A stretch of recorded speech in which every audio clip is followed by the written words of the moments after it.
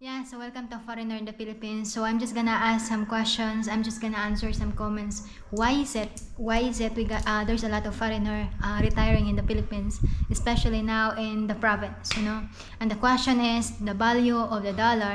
You know, the value of the dollar when you arrive in the Philippines is a very good value. You know, because right now is $1 is equivalent to 59 pesos. So for example, if you are if you are a retire if you have a pension, you know, so 1,000 or 1,500, you know, so 1,000, for example, it's 1,000 peso, $1,000 your pension every month. So when you arrive here in the Philippines, that's 59,000 pesos, and that's quite big.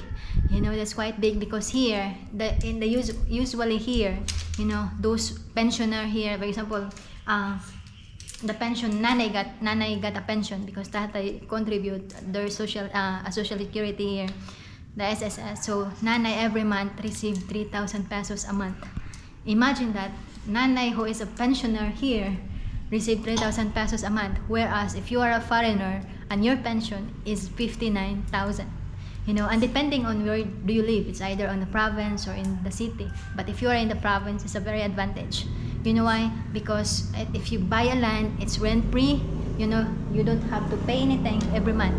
You know, because you can build a house here for a simple 200 to 300,000, and you already have a comfortable lifestyle.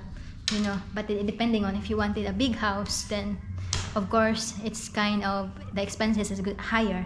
And of course, you know, they always says that a house is not considered as an asset. It's a liability as long as, because you've been paying bills, you've been paying electricity, maintenance, you know, whereas if you wanted your house to be, because that's what usually happen is, if you wanted your house to be an asset, then you're gonna put some sari-sari store, you know, something, or you set aside some places where you can put it as you know, bed and breakfast, you know, so something like that where you can rent it. So why is it so lovely? Why is it there's a lot of foreigner living in the Philippines? It's because the value of the dollar is so high. And another thing is Filipinos is very accommodating. Filipinos are very helpful, you know, and at the same time it's a kind that it's majority is majority believe that they think that they could find a second chances of happiness in the Philippines, you know. So there's a lot of foreigner now finding a Filipina have a happy life, you know. So that's one of the reasons, you know, finding their second chances to be happy with someone else. So the third one, you know, aside the first one is the value of the dollar is very high. The second one, finding a second chances.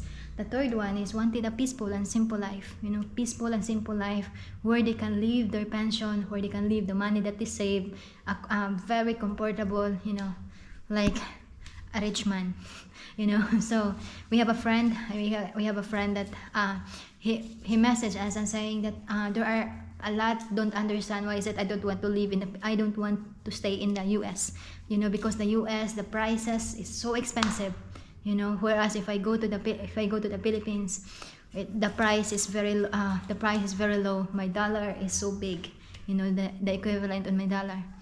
So we hear some stories, you know. So that's another thing. So they wanted to retire in the Philippines because they saw a lot of success stories of a foreigner who don't have a happy life in the US, and then suddenly when they came to the Philippines, they find the one, you know. So that's another thing.